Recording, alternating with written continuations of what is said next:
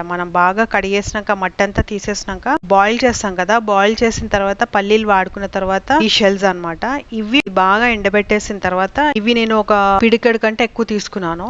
నాకు ఒక 10 ప్లాంట్స్ కి అలాగ కావాలన్నమాట. తర్వాత దీంట్లో యాడ్ చేసినవి ఏంటంటే వేపాకులు. పెస్ట్స్ ఏమీ అటాక్ అవ్వకుండా సాయిల్ ని ఇంకా బెనిఫిట్ చేయడానికి మనం యాడ్ చేస్తున్నాము. అయితే ఇవి పెస్ట్ రిపెలెంట్ లాగా కూడా పనిచేస్తుంది అనమాట ఈ ఫర్టిలైజర్. ఎండబెట్టిన వేపాకులు ఒక పిడికెడు తీసుకున్నాను.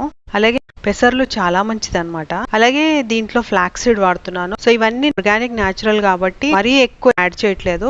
2 స్పూన్స్ ఫ్లాక్స్ సీడ్, ఇంకా 2 స్పూన్స్ మూంగ్ దాల్ యాడ్ చేశాను. ఆలు కూడా మంచిగా పౌడర్ చేసేసేయాలి. దీంట్లో బెల్లం యాడ్ చేస్తున్నాము. ఈ బెల్లం కూడా 1.5 స్పూన్ అలా వాడుతున్నాను. రూట్ ఫార్మేషన్ కి బాగా పనిచేస్తుంది. సో ఇప్పుడు మనం పౌడర్ లాగా చేసేసాం కదా, పాటికి 1 స్పూన్ వేస్తున్నాను.